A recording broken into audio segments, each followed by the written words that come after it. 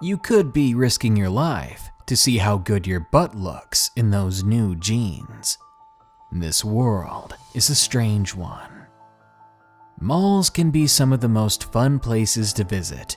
You've got food, games, and plenty of things to put you in debt after buying, all in one place. I mean, what's more fun than endless debt?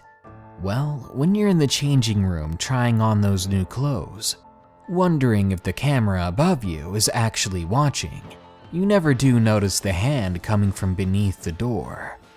Malls can be dangerous as you're surrounded by hundreds of strangers, so be sure to bring a friend for safety, because these allegedly true stories are about to show you how easy it is to become a victim.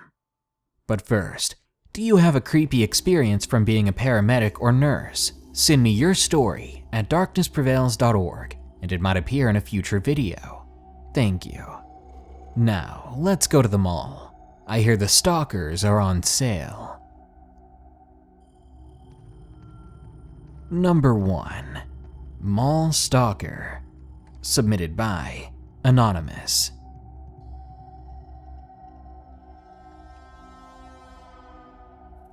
As of today, I haven't slept well for the past 2 weeks.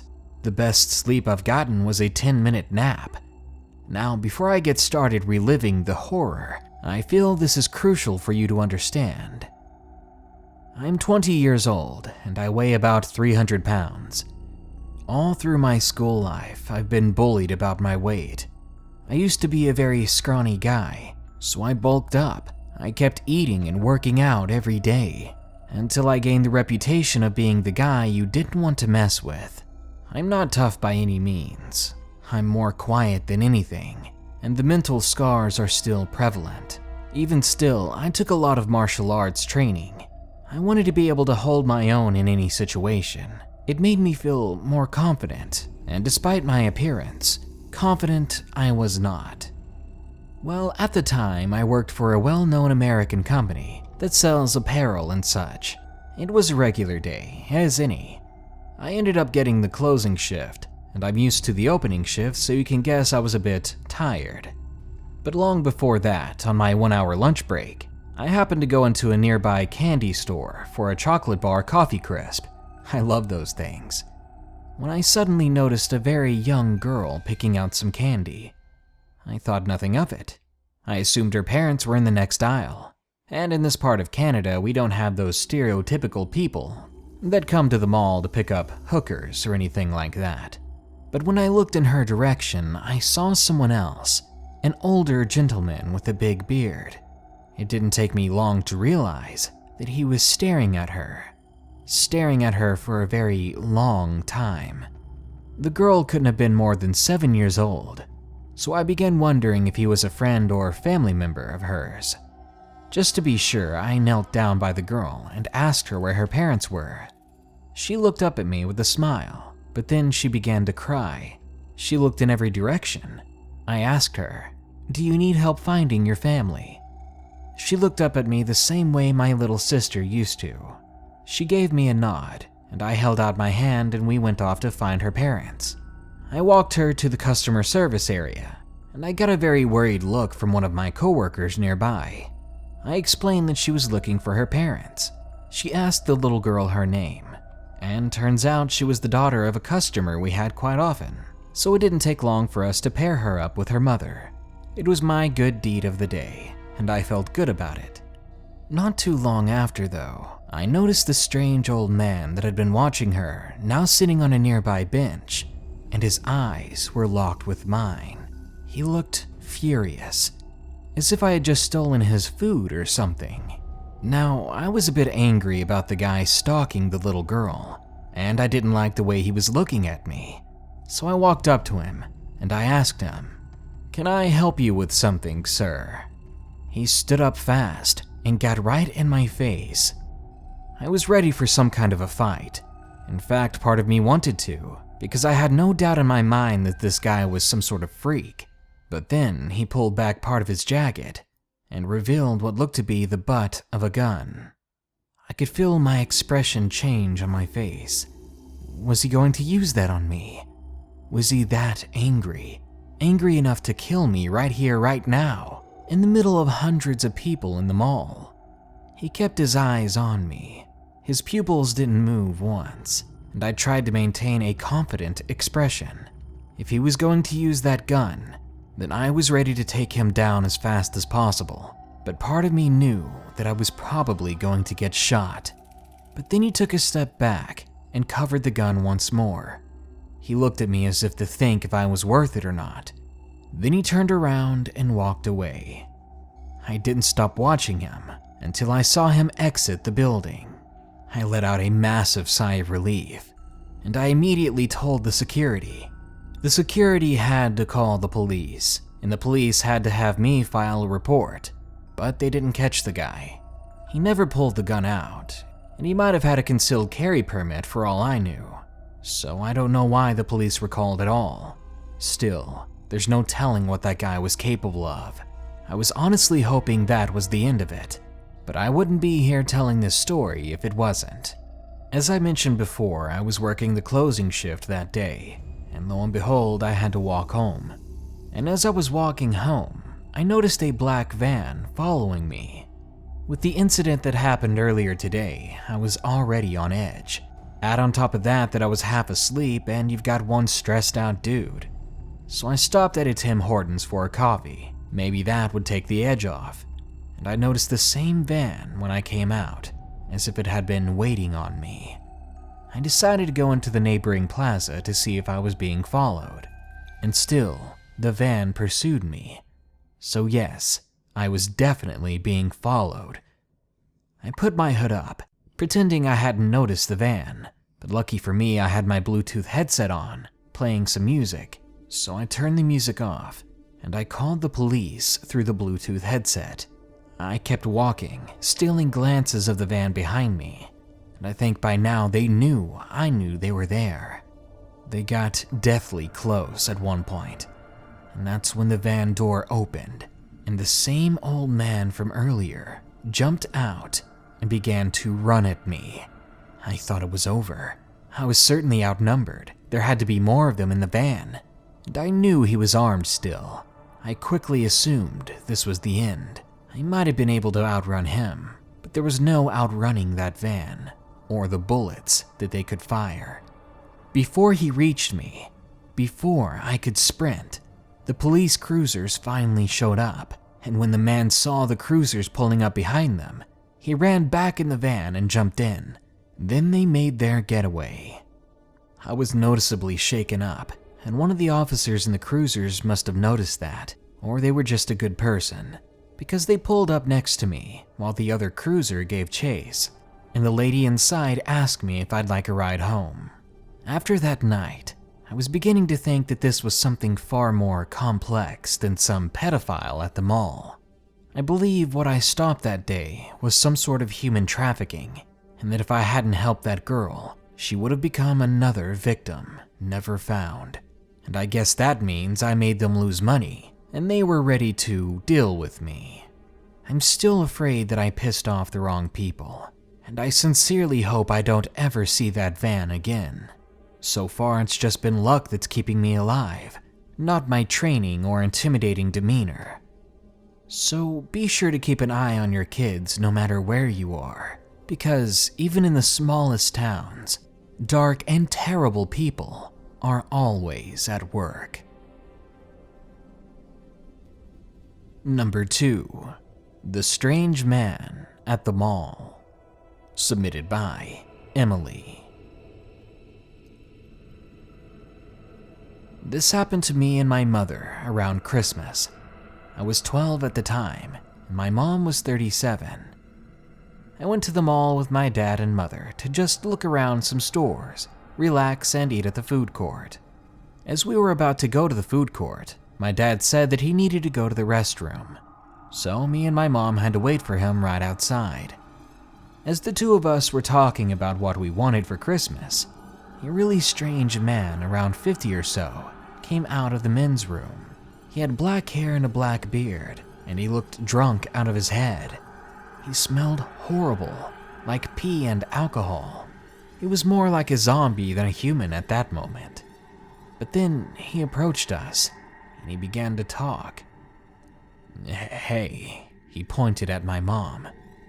Is this the mother or the daughter?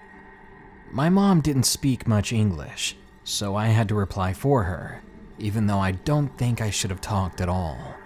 But still, I said, "That's my mom, mister." "Wow," he replied.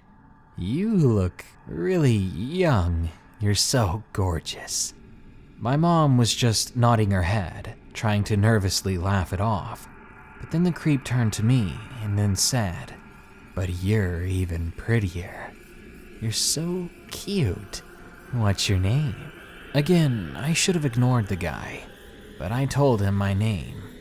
Honestly, I was confused. I wasn't sure what was going on. "What a pretty name.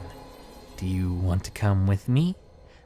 I have some candy in my car. It's got your name on it." At this point, I knew I shouldn't speak anymore. I didn't know what to say. I was frozen, and my mom didn't understand what he was saying, so she didn't even know what was going on. He was staring at me with his weird red eyes, and he was smiling. Then he began to grope himself right in front of us, and that's when my mom knew that this guy was more than just some drunk. She covered my eyes and we backed away, and that's when my dad finally came out of the bathroom. I was so relieved to see my dad from between my mom's fingers. I was beginning to get scared, and I didn't feel safe. When he saw the other man, who happened to be my dad, coming out of the restroom, he frowned and then began to storm away with an angry look on his face. But then he turned to me at one point, and he smiled. We tried to shake off the experience and get on with our evening. Later on, when we were walking back to the vehicle after our shopping, I did happen to see the same man again. And of course, he was leaning against a white van. It was probably his. He saw me and stared at me, with a weird smile growing ever bigger on his face. I couldn't wait to get out of there fast enough. I hope that guy stays away from kids from now on, but if he doesn't, I hope someone calls the police on that freak. Number 3. Creepy Mall Experience. Submitted by Bianca.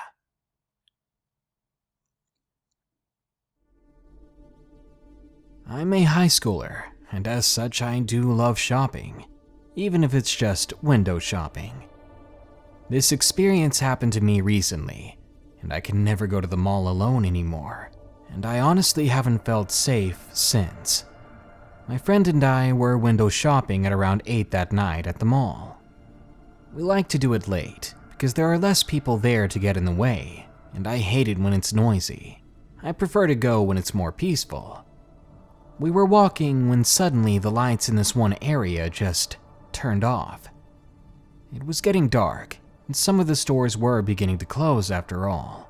We figured it was normal, until we heard the blood-curdling laugh coming from somewhere far off. I watched as my friend Kat, who was with me, literally jumped in the direction of the noise when she heard it. To shake off the freaky feeling, I said to her, "I wonder what was so funny." I nervously laughed, and so did she, and we continued to walk. By then, most of the people at the mall were gone. The only people that seemed to remain were the quiet employees waiting for their shifts to come to an end. And on top of that, we weren't getting picked up until 9 p.m. Then I began hearing this hissing noise, and just after it, that blood-curdling laugh came again. I'm not one to scare too easily until I saw something that made my heart pound. In the nearby Old Navy store, a man was standing in the window with what appeared to be blood running down his mouth. Because of the lighting, I couldn't identify his face, but I could easily make out his menacing grin. Then, as soon as he had appeared, he had just vanished. I thought I was hallucinating, but my friend whispered to me, "You saw him too, right?" It was like I lost my voice at the moment. I could only nod. Then we rounded the next corner, and we stopped. A few feet away was that guy we had just seen from the window. Again, the details on his face were hard to see, except for his blood-stained mouth, which was smiling a conniving smile. I turned and looked at Kat, and the expression on her face seemed to ask, "What are we gonna do now?" And in a worried tone, I replied, "Run." So we made a break for it, heading in the opposite direction. The man wasn't running for us. He was simply walking, all too slowly, as if he was confident that he was going to get us. We were ahead a long way, but no matter how far away we got, relief never came. I never felt any safer. Eventually, we stopped running, mostly because we were tired, but we also thought we lost him. But then, in this echoing voice, we heard someone speak. "You girls are so beautiful. Please, let me show you." Then that ear-splitting laugh echoed again through the halls, and the mall went completely dark. I screamed as loud as I could, and so did Kat. When the lights flickered back on, we ran out of the place as fast as possible. To this day, I don't know what that was. I'm not sure if it was even real. I still have nightmares of that man, and I feel as if I'm never alone anymore. It's a terrible feeling. I never figured out who he was, and I don't think I ever want to. Number 4. Pervert at the Mall. Submitted by Ashley. I was about 17 when this happened. I never really liked going to the mall that much in the first place, but when my friend pressured me into going, it happened. It was some day during the fall when we had to go back to school shopping. I hated shopping to begin with. I was always embarrassed to buy the large shirt sizes. Due to my bust, it made me feel out of place, like some freak. But my friend offered to pay for all my clothes, so I went with her. When we got to the mall, my friend went to Victoria's Secret.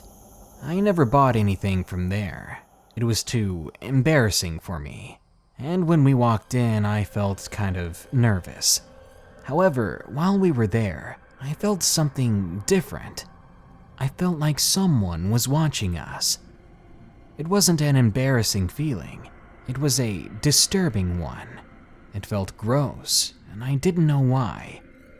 I looked around, scanning the perimeter, but all I could see was an employee stocking some of the shelves and drawers. I brushed it off as being paranoid. Once she bought what she wanted, she grabbed some stuff for me and made me buy it. I said no, but she got it for me anyway. Then we left to go to the other stores. I don't remember the names of where we went afterward. Eventually, the feeling of being watched left me, and I didn't feel gross any longer, so I tried my best to have fun for the rest of the day. Eventually, though, the feeling would come back. We were now leaving the mall when I felt the feeling again. I told my friend about it this time. She said that's weird, because she had been feeling the same way. She just didn't want to tell me to scare me off, knowing how nervous that I got. I was glad to hear I wasn't the only one being paranoid, but then again, that would mean it wasn't paranoia, and that made the whole incident more nerve-wracking. I really hated the feeling, and I turned around, trying to find why I was feeling that way. But then I regretted looking. I saw a man hiding in the bushes nearby, the bushes that were used for decoration. He looked to be in his mid-40s, and he had this grotesque smile stretched across his face. He was staring right at me. It didn't take long for me to realize that one of his hands was holding a camera, that immediately flashed when I turned, and yet another hand below the bush, below his waist, doing God knows what. I screamed, causing my friend to turn and scream as well. The man's smile turned into a frown, and he took off out of the bushes. Me and my friend both screamed at him, yelling that he was a pervert. I felt like throwing up. I felt disgusted and exposed. I really wanted to just go home, but I couldn't, because my friend was the one who drove us there. So I waited for at least half an hour more. My friend wasn't the type of person you like to mess with. She's the kind that wouldn't give up to get you back. And sure enough, she took off chasing the dude. I was worried she was going to get herself hurt, but about 15 minutes later, she came back, holding the camera the man had been using. She seemed proud of herself and angry at the same time. We both held the camera and began to explore the images that were inside. I didn't realize that my breathing had stopped. The pictures, they were pictures of us throughout the entire day. Most of them were zoomed in on parts of our bodies for more detailed perspectives. But one picture had made my skin crawl. It was a picture of me at the Victoria's Secret store. Me in the dressing room, trying on some of the lingerie.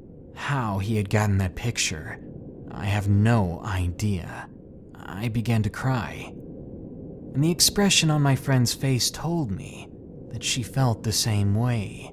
I'd never seen her disturbed before. She was always the stronger one. But there we were, ready to fall down on our knees and just cry it out. We called the cops, of course, and we gave the best descriptions we could of the man. A couple of weeks later, they told us they weren't able to find him, and I'm scared to go to that mall anymore. That mall, it's his hunting ground. There's no way I can go back. I just hope the man didn't save those pictures anywhere else. Just the thought of him looking at me, it makes my skin crawl. And number 5, The Pedophile Mall Stalker, submitted by Kira. I was 13, and I was shopping with my little sister at the nearby mall. It was my first mall trip without my parents, so I was pretty excited to go. I was ready to see all the shops that they wouldn't let me in before, usually because we didn't have the time or money, and other times it was because I wasn't old enough to them. Places like Spencer's or Victoria's Secret. Completely disregarding my sister's discomfort with this, I let her go to the shop she wanted first, like Claire's. I was beginning to feel bored, so I began to look around myself. I've always been an observant kid. If someone sketchy was around, I was usually aware. But I hadn't noticed anyone at first, probably due to the excitement of the independent trip. But after a few minutes of people watching, I began to notice a man watching us. He looked to be in his late 50s, and he wore a blue button-down shirt and cargo shorts. He didn't look creepy, really, but he gave me a weird feeling, so I tried to make my sister hurry up without alarming her. We continued walking through the mall, and I keep seeing him in most of the stores, all of which were for younger teens. I tried to rationalize in my head that maybe he had a grandson or a granddaughter around my age. But after the 5th or 6th store, I began to fast walk or jog, clutching my sister to keep her close. When I did this, she was annoyed at me and yelled, "I'm not 3, let me down." She exclaimed that this was a mall and not a marathon. As I gained more distance from the man, I ducked into the Victoria's Secret with my sister, and I tried to blend in looking at bras and such, with my sister muttering in distaste behind me. My sister eventually settled down and began to look at the clothes around her. She became quite fascinated by the lingerie. She acted like the bra in front of her was the most interesting thing in the world. I thought the coast was clear. I thought we lost a man. But then I saw him out of the corner of my eye. And then my sister whispered to me, "Hey, do you see that man? He's giving me a weird vibe." Now, when my oblivious sister noticed that someone had been following us, then that's bad news. He took a step closer to us and looked from me to my sister, and then to the bra. Then he said to one of us, I'm not sure whom, "That would look sexy on you." That was enough for me. I just screamed. I screamed loud enough for the whole store to hear, probably the entire mall. That's when a tall man shopping with a woman nearby, probably his girlfriend, comes over and glares down the man. "What's happening? Is there an issue here?" The man looked up at him and smiled, then shot his eyes back towards me, then said, "Not at the moment," before walking away.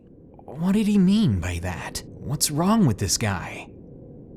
I thanked the man nervously for helping me and my sister out, and I called my parents right away to come pick us up.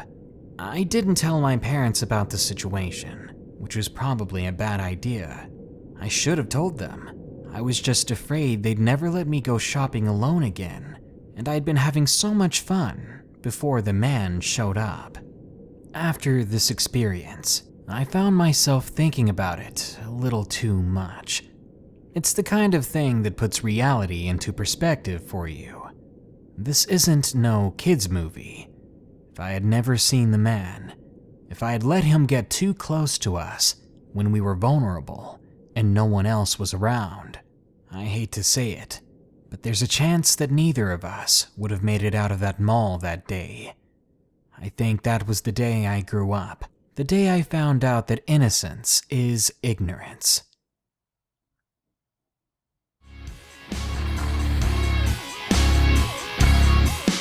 If you survived these stories, congratulations. Do you still desire to go to the mall? Do you want to be surrounded by strangers, some of which might be carrying deadly weapons? Some of them may follow you every step of the way. All it takes is a few seconds for someone to end your life altogether.